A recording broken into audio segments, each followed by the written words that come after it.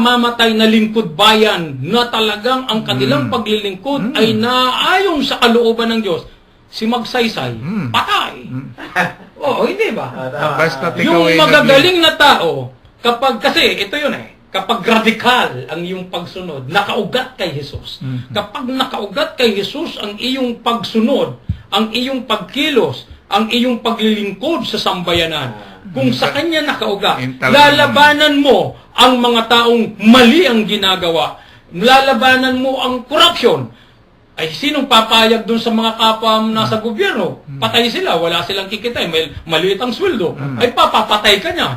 Lalabanan mo ang drug addiction, yung mga sindikato. Abay, mapapatay ka talaga. Lalabanan mo yung mga nagkukunwaring tagapagtanggol ng bayan. Halimbawa, yung bayan mo, nadudulas ako Yung mga tao na nung panahon na hindi sila na-elect, nalalagay sa posisyon na kung nagiging congressman, ang dami nilang sinasabi laban sa pamahalaan. Pag nandoon naman din sa pamahalaan, nakaupo na, nakakalimutan yung sinabi nilang ipinaglalaban nila. Ginagamit pa rin nila yung mga bagay-bagay. Ang mga kahirapan ng tao, binagamit nila ang kapwa nila tao. Pero yung tunay na paglilingkod, wala pa rin. Kung itong mauupo, alam mo, dito ako believe kay ito po hindi walang halong politika. Isang realidad nangyayari at karanasan ng sambayan, lalo na sa Metro Manila. Believe ako kay Kuya Bert yung kanyang prinsipyo at paninindigan, sabi niya, matalo hindi. Sabi niya, matalo hindi.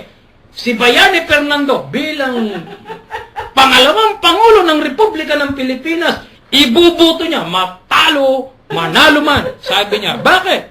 Sa kanya lang niya nakita, kay Bayani Fernando lang nakita ang tinatawag na political will. Walang sinisino, pagtama. Walang kinikilala na nakaupo riyan. Kahit kernel ka ng pulis, estasyon ka ng pulis, simbahan ka man, kapag kailangan maging para sa general public, para sa kaibubuti ng sambayanan, gigibain yan, dadaan ng kalsada yan. Aalisin yan para sa ikabubuti ng bayan. Iyon ang paninindigan ni Kuya Bert. Doon ako bumibilib sa kanya Yung prinsipyo yun, na nakita niya, ako, hindi naman ako nagsasabi na katulad nung nakita natin kay Bayani Fernando yan. Pero kahit ako man, nakita ko yung kanyang ginawa na political will. Ang dami niyang naging kalaban. Isipin mo, kalaban niya yung mga driver. Para isaayos ang trapiko sa Metro Manila. Ang daming tumulig siya Yung kanyang kasamahan, nakita mo, pinagbanta ng buhay. Binaril yung sasakyan, iba yung nakasakay lang Kung hindi, patay. Si Berhel yata yun Berhel de Dios. Sino ba yun? Yung anak niya yata ang nakasakay nun Ang napatay, iba